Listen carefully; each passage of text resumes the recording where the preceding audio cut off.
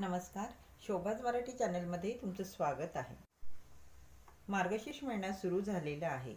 जे सांगणार आहे ते सर्व धार्मिक आहे. जे सांगणार आहे ते तुम्हाला जमत असेल तर तुम्ही नक्की करावं.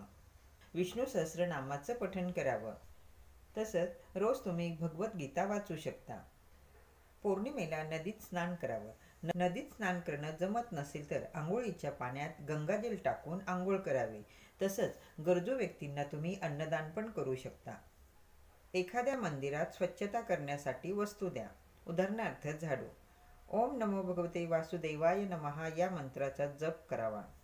मार्गशीर्ष महिन्यामध्ये पौर्णिमेला चंद्राची पूजा अवश्य करा. मध्ये तुम्ही अष्टलक्ष्मी प्राप्तीसाठी श्रीयंत्राची स्थापना करू शकता. महालक्ष्मी व्रत करणं शक्य नसेल त्यांनी मंत्र स्तोत्राचं पठण करावं.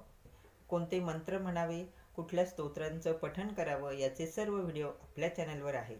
सर्वांना